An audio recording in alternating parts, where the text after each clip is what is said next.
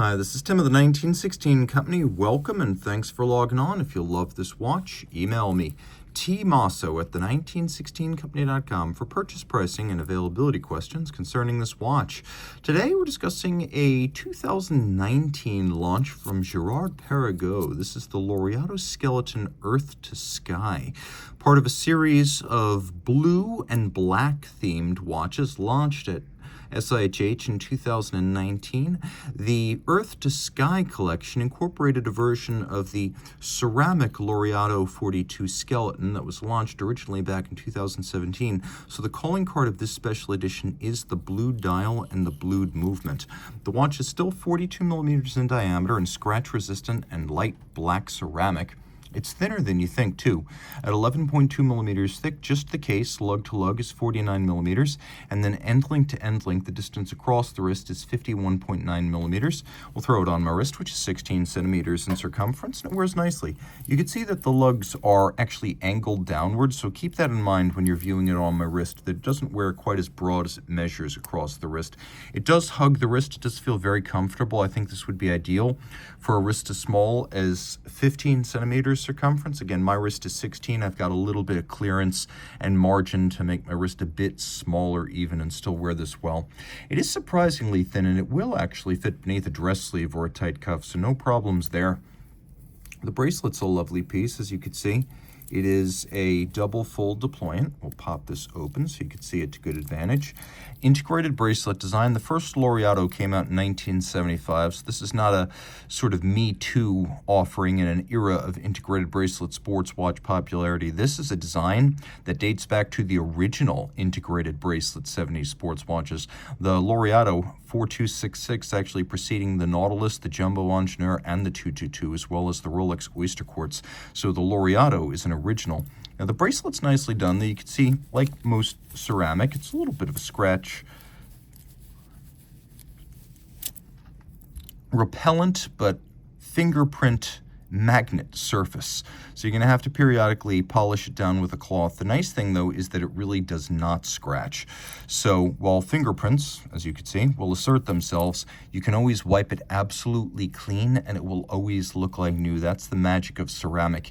It is super scratch resistant on watches second only to diamonds and sapphire surfaces. Taking a look, you can see that there's a sort of transverse brushed pattern. Then we have a polished lip. The edge of the link is satinated. The top of the primary links satinated longitudinally. The flanks, or I should say transversely satinated, the flanks longitudinally satinated. We have the intermediate links in polished, and you can see how everything tapers down, fully integrated from the lugs. I particularly love the bevel that runs along the lug hood and then along the links uninterrupted.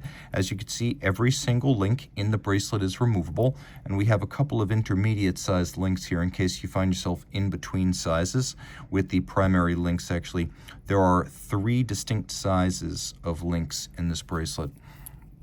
Taking a look at the titanium clasp, you can see it is a sequential close, so one side closes before the other, and then once closed, you have to press both triggers to open it up, so it will not pop open inadvertently. You have extra security. There is a little ceramic spring-loaded pin snap there, so that the tolerance will always be snappy, as the titanium clasp body cannot wear down the ceramic. So this is well made for the long haul. Girard Perregaux gives you a lovely tonneau-like Laureato case that has the same sort of transverse satination you find on the primary links, but also the lovely bevel that runs end to end.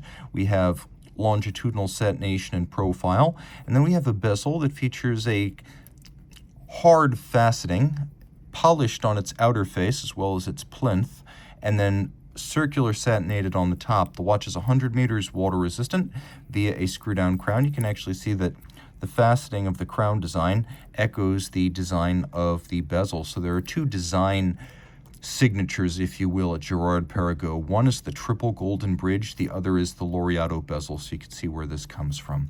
Taking a look at the dial, it is a skeletonized, decorated, and blued caliber GP 1800. So we've got a single barrel. We have automatic winding by rotor on the case back. 54-hour power reserve, 4 hertz beat rate, 25 joules. We have a free sprung balance. You can see it's variable inertia screws. You can also see that there's a stop seconds function. By the way, there's a little seconds hand right there. It does have 3 hands. We'll do a quick loom shot so you can see the watch in the dark. Note the coiling of the mainspring in the barrel. The tighter it hews to the center, the more energy there is in the barrel. And with practice, it almost becomes like a power reserve that you can read intuitively. So the watch is fairly easy to read in the dark. It's comprehensively loomed, so you'll have no trouble discerning the time. You could see that we have primarily sat nation on the top of the bridges and plates here. Though if you look, you can see below the bridges that comprise the dial, we do have media blast on the base plate.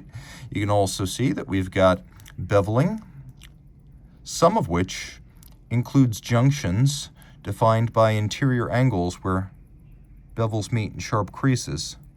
You'll find no shortage of them here, and they look quite handsome. That's a nice touch. Not every junction of bevels is a sharp interior angle here, but the more you look, such as over the barrel right there, the more you find, and that's on both sides. We'll take a quick look at the case back. You can see that the GP 1800 is a bigger movement than the 3100, 3200, and 3300. So it better fills a large case back like this as a 30 millimeter movement. Now you can see at center that it also features ceramic rotor bearings for high efficiency winding and a rose gold rotor that is itself nicely decorated with beveling and satination. You can see the screw heads are all polished, as are the locating pegs that help to locate bridges on substructures.